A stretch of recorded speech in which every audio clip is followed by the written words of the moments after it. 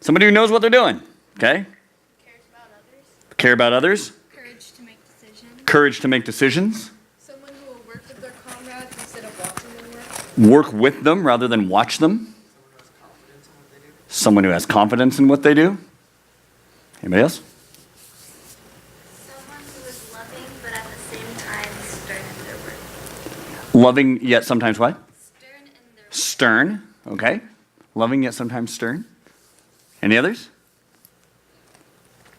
How many of you at some point in your life you have been under good leadership? Okay. How many of you at times in your life you have suffered under bad leadership? Okay. So we could say that bad leadership is just kind of the opposite of good leadership, right?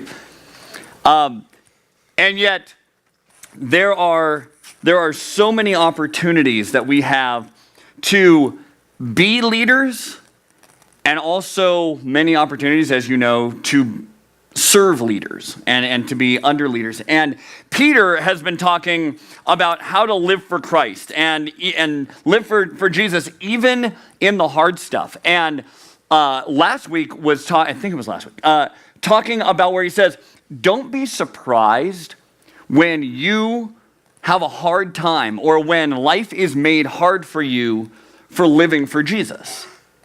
And this is kind of prepping the close of this letter that he's writing, where he's going, look, if you're going to live for Jesus, it means living for Jesus. It means not just going along with what culture is always saying or doing what culture is going to make easy on you. You guys are you with me where you're like, I would much rather have culture go easy on me than culture make it hard for me, right? I'm not the only one who feels that way. And so I will tend to want to just say like, okay, what is going to get me the right kind of attention? And then in other situations, what's going to make it so that I don't get any attention at all?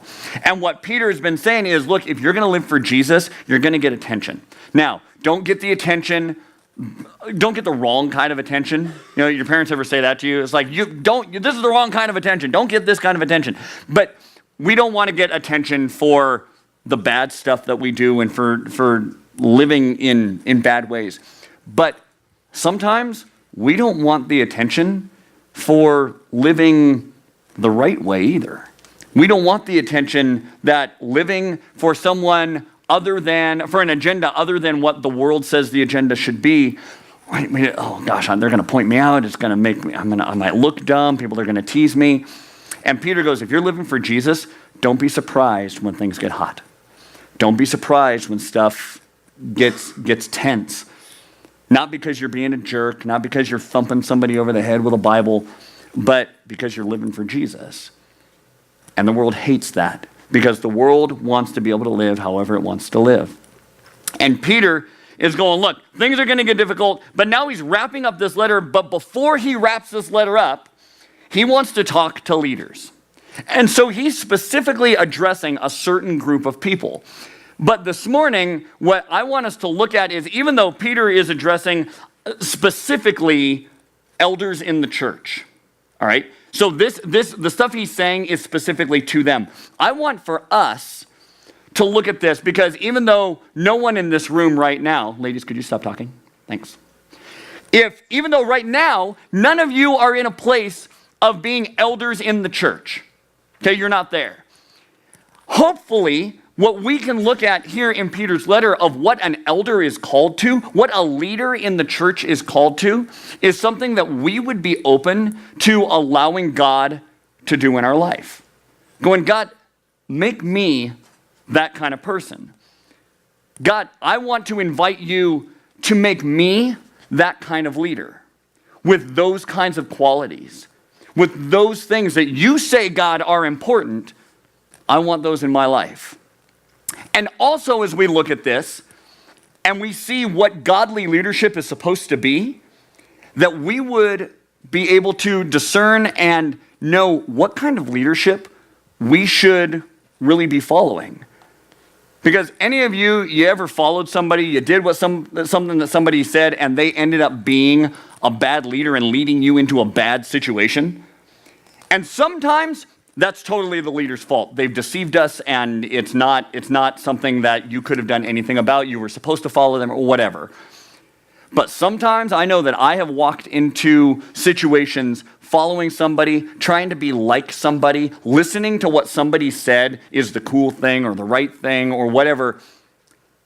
And I end up going, whoa, why in the world did I ever follow you?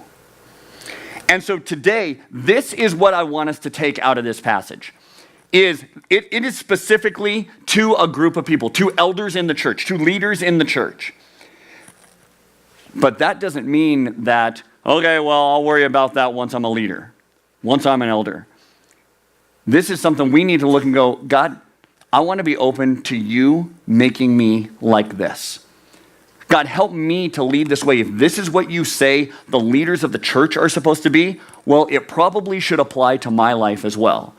As I lead friendships, as I lead teams, as I lead groups, as I live in my family. So, an elder is an overseer.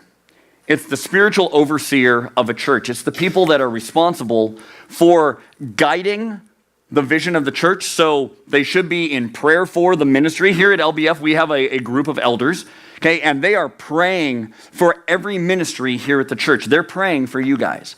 In fact, I think it was just last Saturday, they got together and they spent like 6 hours of Saturday praying for you. Listening for God's leading. Trusting that this can't be about what they think is the best idea, what they think they should do, or going with, oh, we've been doing this for a while now, we know what we're doing, but seeking God and going, God, what do you want to say to us?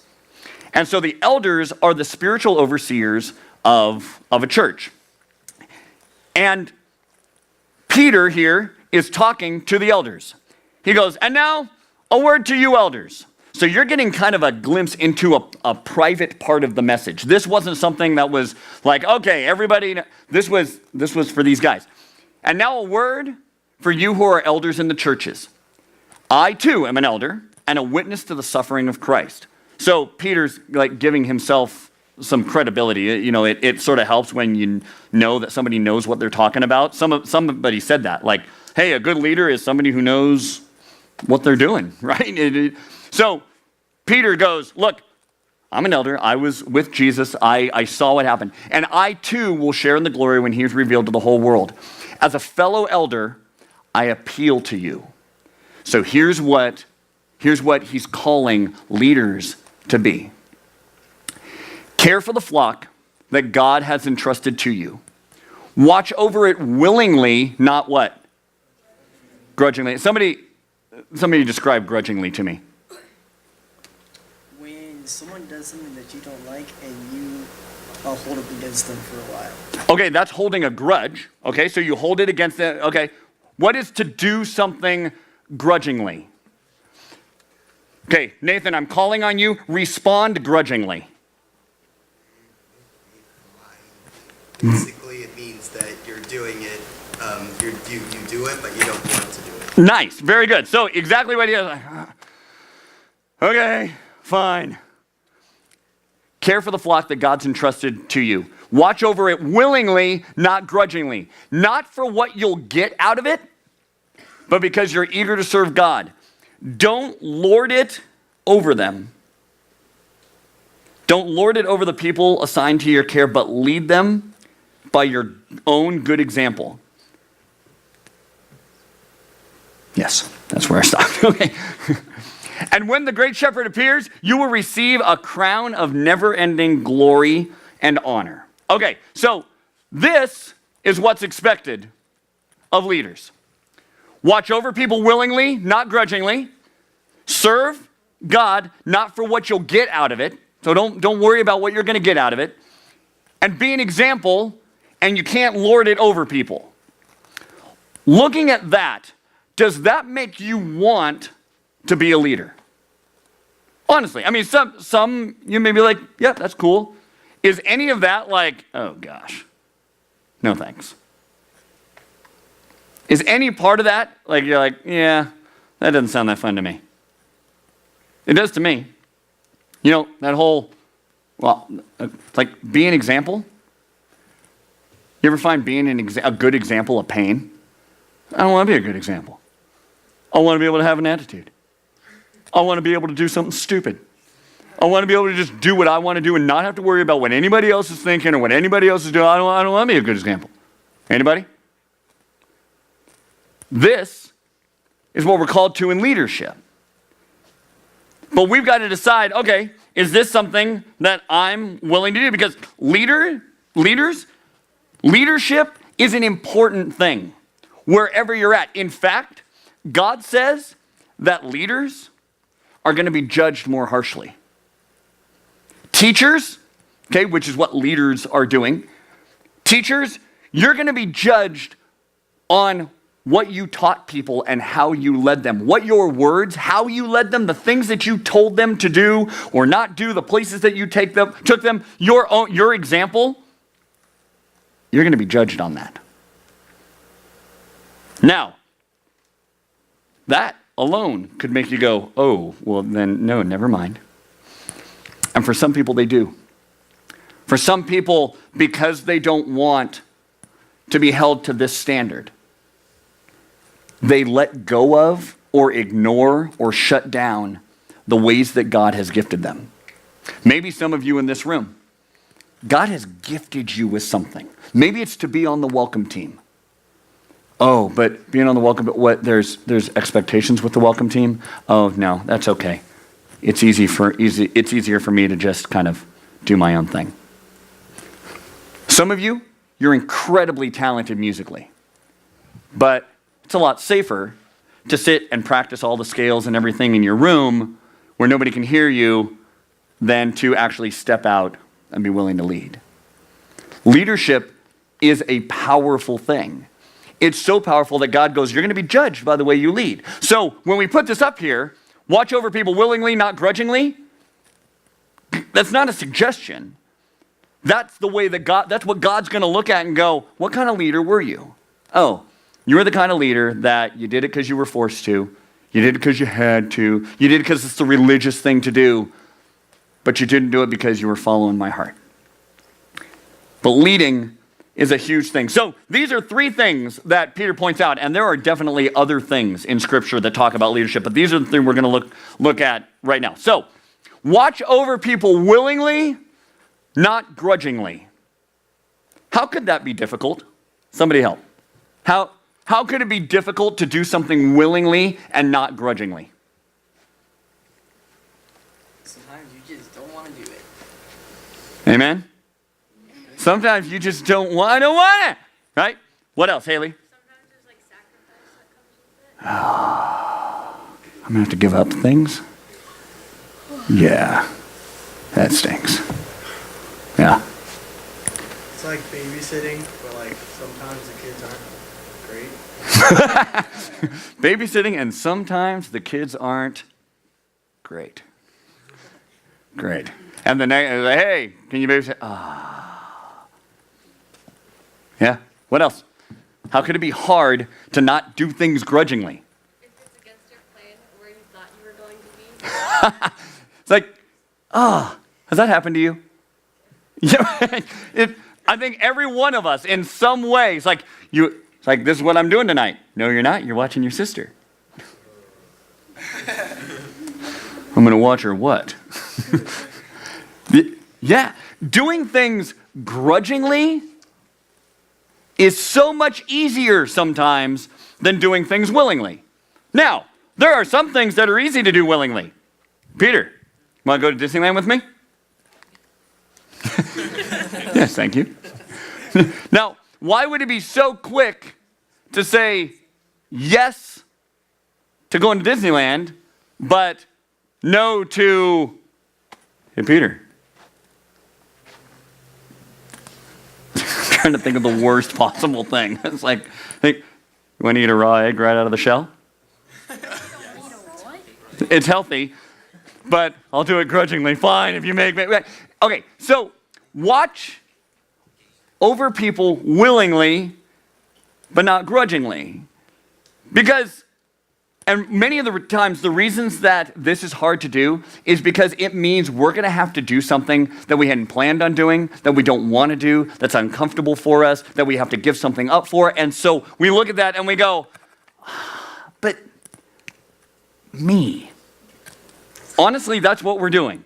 We're going, that's what brings out doing something grudgingly is, and think about this the next time that happens. Hey, I need you to will you watch your sister tonight while your mom and I go out to dinner? Think about what the initial, why? What is that? And most of the time you'll find it comes from, but this means I don't get to do what I want to do. This means I don't get to be the way that I want to be. And Philippians, in Paul's letter to the Philippians, he says it this way: don't be selfish. Don't try and impress people. Be humble, thinking about others as better than yourself. Don't look out for your own interest, but take an interest in others too. How do you consider the opportunities that are put before you? How are you looking at the things that people are asking of you? How do you view the stuff that people expect you to do? And there it is completely normal and natural to go, I don't want to. Okay, but if we look at this and if I have a responsibility, it's like, okay, am I being selfish? Yeah, I am. Because I want what I want. And I think you're the same way. Don't try and impress others. Okay, there are all sorts of opportunities for that. Be humble, thinking about others as better than yourself. Don't look out for your own interests, but take interest in others as well. Let's take the babysitting thing, for example. Watching your little brother, your little sister, whatever. In that moment, when all you were planning on doing was going back to your room and vegging on Netflix. In that moment when all you wanted to do, where right before they asked you to babysit, a friend called or texts you and goes, hey, you want to go hang out at Victoria Gardens? And then you think, suddenly that person, that human being, that family member, that the person that's as close to you as anybody's going to get, ceases to become human. Now they become a project. Now they become this thing that is imposing on what I want and what I was planning on doing. Now, totally normal. I mean, disappointment is real and frustration is real and all those things. But how easily we slide into, man, I'm not willing to do this.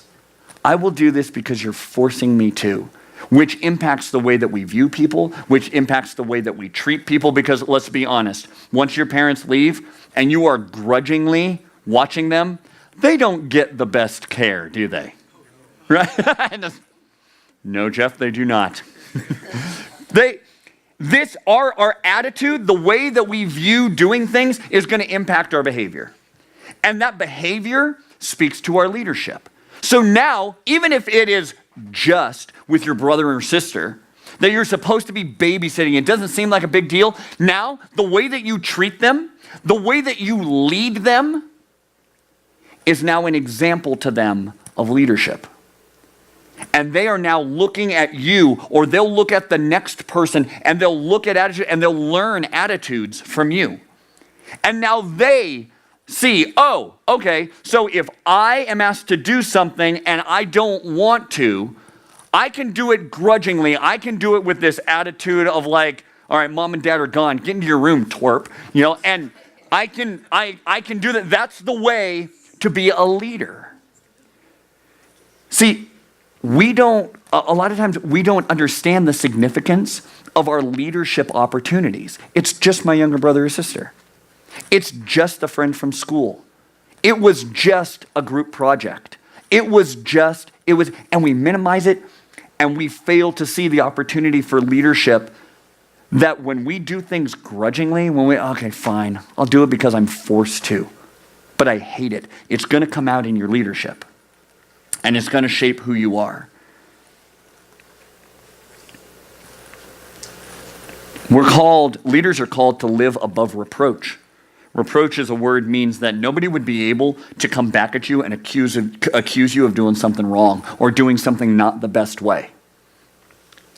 Let's stick with this little brother, little sister thing. Or if you've got an older brother, maybe you're the little brother or little sister and you can look at your older brother and sister. Are you above reproach? When your parents return, is there anything that could be said against you about the way that things were done while they were gone? That's living above reproach. And leaders are supposed to be above reproach. All leaders are supposed to be above reproach. So maybe you have had the opportunity for leadership in some way and it hasn't gone well and you've had people come back at you. Maybe it's because it was not done above reproach. Maybe there are things that people were able to say. But leading, this means that sometimes, Haley's absolutely right. Sometimes it means sacrificing things that you shouldn't have to sacrifice. And that's where the grudgingly comes in. It's like, I shouldn't have to give this up. I shouldn't have to give up my friends. I shouldn't have to give up watching TV. I shouldn't have to give up what I selfishly want for myself. I shouldn't have to give it up. And you know what I say to that? You're right. You shouldn't have to give it up. Will you? Not because I've forced you. Not because I've screamed at you. Not because I've guilted you into it.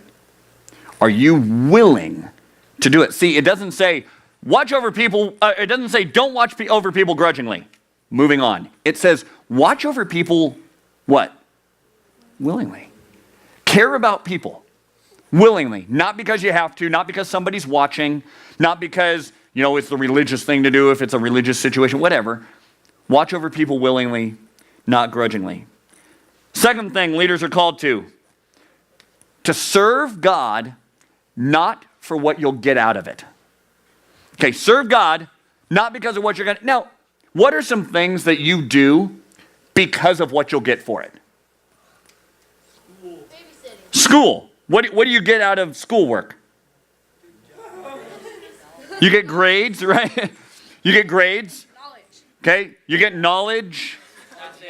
Okay, you'll eventually get a job. Yeah, what are some other things that, as you go through your life, that you would do for what you get out of it? Conditioning. Okay, some sacrifices made there, right? Babysitting because you get money. A job. Yeah, you're gonna get a paycheck. Okay, all right, I'll work. Yeah, do you do that grudgingly? Do you think that if you go to work grudgingly, do you think that's going to come out in your performance? Absolutely, I guarantee it. 100%. Walking. What do you get out of it? You get to go somewhere. Okay. Do your chores so that you can play video games in your spare time. Okay, do your chores so that you can do what you want to do later. Go to amusement parks. Why? Because you get fun. Now, serve. Serve God. What do you get out of it? Don't worry about it. Now, think, what if I asked you, so I go, hey, Olson, I need you to come over to my house this afternoon. What would be a reasonable question for him to ask? Well, because I want you to, I want you to, and I'm asking you to. What would be an additional thing he could ask? Why? But no, why? Well, why? Okay. Eventually, at some point, once the whys are done, okay, the reason he's asking why is he asking why? He wants to know why. He wants to know, is it going to be worth it? What am I going to get out of it? When we say why, it's what am I going to get out of it? So here it says, serve God, not for what you're going to get out of it. God says, look, I'm calling you to be a leader. I'm calling you to serve people. And we go, why? And God goes, don't worry about it. Don't do this for what you're going to get. Don't do this because it'll be worth it to you, you think. Because what happens if God reveals All the why. It was like, all right, Caleb, I'm calling you to do this. Why? Because when you're 36, you're going to have an opportunity in a grocery store to help a woman choose a head of lettuce. Now, at that point, Caleb could very reasonably to all of us go, "Say, I'm 18. When I'm 36, helping a lady choose a head of lettuce." God? No. Why? Because it doesn't seem worth it to me. Forget the fact that when he's 36 years old, he's in the grocery store and a woman comes up to him and she's trying to load a head of lettuce into a bag and she can't get it open and she's trying really hard. And as Caleb walks up to her, he goes, "Hey, let me help you with that." He opens the bag, she puts it in, and she turns to him and he sees tears streaming down her face because her husband just died and she's just trying to get some lettuce to make a salad so that she can go home and have something for the kids to eat at home. Now, what looks to us like, hey, it's not worth it. Was that too deep? Did I go a little far on that one? What doesn't seem to us right now like it's worth it. What am I going to get for it? What am I going to get for it? God goes, look, I'm calling you to serve. I'm calling you to care for people, not grudgingly, but willingly. This is what I'm calling you to.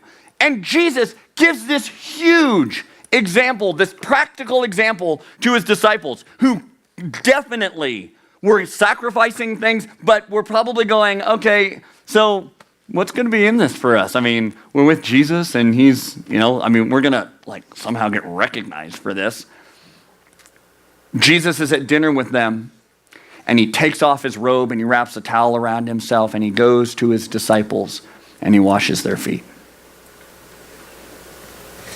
And they're like, whoa, what are you doing? No, Jesus, there's no reason for you to wash our feet. You're not going to, our feet stink. There's no big crowds. Nobody's applauding you. No, Jesus, we're not letting you wash our feet. There's nothing in it for you. Jesus goes, hold on. I'm giving you an example of how you are called to serve others. You guys in this room, leading people is about serving others.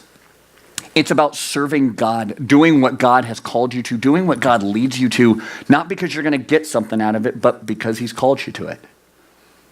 That this is what he wants for your life. And Jesus said this, now that you know these things, God will bless you for doing them. If we are willing to serve. And the last thing, be an example and don't lord your leadership over the people. One of the most difficult parts of leadership is leading by example, isn't it? Have you ever had a leader who just stands back and barks out orders and says, hey, you go do this, you go do this. Yeah. It's like, yeah, every PE teacher. And I say that, I was a PE teacher. And it was but let me tell you this, just in a real practical way, and some of you, I'm sure you've experienced this with teachers or people in your life. There were the days where I'm like, all right, give me a lap, go. And they did it grudgingly. There was some why. I was like, don't worry about it, right? And they head off. And then there were the days where I'd go, all right, guys, let's go. And I would run, and they would run up with me. The really fast kids who were always trying to be first back, they didn't care if they were first back. I'm just jogging along and they're right next to me. Like, hey, Mr. Taylor. Hey, Mr. Taylor. Hey, that's good. Can we go a little faster? I'm like, yeah, I don't want to. There's some people back here. I'm going to hang back here. Okay, all right, we'll hang back here with you. And it was so much more of a group thing. They felt so much more included when I was part of that with them. Be an example. Don't lord your leadership over them. Are you open to that in your life? Because honestly, one of the most difficult parts of leadership is being an example. Because many times it feels like I've worked so hard to get to this leadership position, I shouldn't have to do that anymore. And leadership goes right out the window. Now you're a boss. But if we will serve others by being an example, Jesus said this, you know that the rulers, and this is the Matthew 20:25, you know that the rulers of this world lord it over the people, and officials flaunt their authority over those under them. But among you, it'll be different. Whoever wants to be a leader among you must be your servant, and whoever wants to be first among you must become your slave. You know you're being a good leader, according to this, or that you're following a good leader, if you see that they are less concerned with using their power and more concerned with serving you, or you serving other people. Going, you know what? I'm not worried about what I'm going to get out of it. I'm not going to worry about whether it's fair. I'm not going to be like, oh man, there are 9 other things I wish I could do, and so therefore I'm going to make everybody suffer. But instead, they're in a place of going, look, I'm right alongside you. You know, they're right with you. This is godly leadership. Luke 17, one day Jesus said to his disciples, there will always be the temptation to sin, but what sorrow awaits the person who does the tempting. It would be better to be thrown into the sea with a stone hung around your neck than to cause one of these little ones to fall into sin. That's graphic. Imagine that. You know, come here. Ties a big old rock around your neck and throws you off a boat. Here you go. Right? Our example is huge, and I talked about it earlier when it comes to babysitting your little brother or sister. Being an example is huge because people, if you're a leader, people will follow your example. What example are you setting with your attitude, with your actions, with your willingness to serve? You guys, all of these things are what leaders are called to. And so many people try so hard to be the biggest in the room, to be the loudest in the room, to be the funniest in the room, to be the most assertive, to have the biggest voice, to have the most confidence, and they're completely unwilling to be the example. They just want to be the boss. But we're called by God to be an example. What are you leading other people to? Because if it's not something where they should be following, they won't follow. And if your leadership says, oh, look, if I get to be the leader, then I get to do what I want to do, they won't follow. Because they'll recognize, oh, you're just leading to what you want to do. And you guys, it starts now. Peter's talking to the elders in the church. He's telling these people, look, don't use your authority. Don't use the fact that you've been appointed to this position of leadership to lord it over people and be like, you're going to do this and stop doing that and you don't get to be. He's saying, you better get in there and you better serve alongside these people. This is what I've called you to do. But you guys, it doesn't start when you become an elder. It starts now. It starts in your life now with babysitting your brother and sister. It starts in your life now on your team. It starts in your life now in your family. It starts in your life now with your friends. Because we're called to lead people willingly, not grudgingly. We're called to be an example. And when we fail to do that, we fail to be the leaders that God calls us to be. And for right now in your life, in the areas of leadership, okay, where you are called to be a follower, the writer of Hebrews says this, obey your spiritual leaders and do what they say. Their work is to watch over your souls, and they are accountable to who? To God. Hopefully they're taking that seriously. Give them reason to do this with joy and not with sorrow. So, part of leadership, okay, at times you are called to follow. What kind of follower are you? Are you willing to submit to leadership? Are you willing to let people speak into your life? Are you willing to take correction? Are you willing to take redirection? And many times the thing that hurts our leadership is we're so afraid that, oh my gosh, if I'm not leading, then nobody will respect me. Following many times leads to leading. And this is what God has called us to right now in your life. And I don't know what opportunities you have. I don't know what opportunities you've been overlooking because, oh, it's just my little brother. It's just this situation. I'm not a leader. I can't. God wants to use you right now. And God has given us this great picture.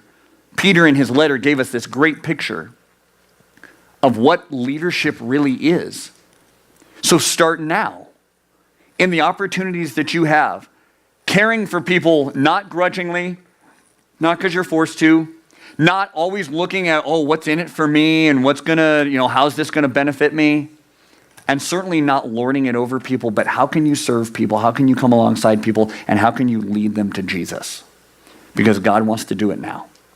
He's not waiting for you to grow up. He's not waiting for you to be an elder at a church. So Lord, I pray for every person here that in whatever ways that you are calling them to be leaders, God, to lead people in the way that you have called them to, God, to lead people to you. And God, I pray for those who are struggling because they're really tired of having to watch their little brother or sister, or they're really tired of not being appointed as the leader, or whatever the frustrations may be.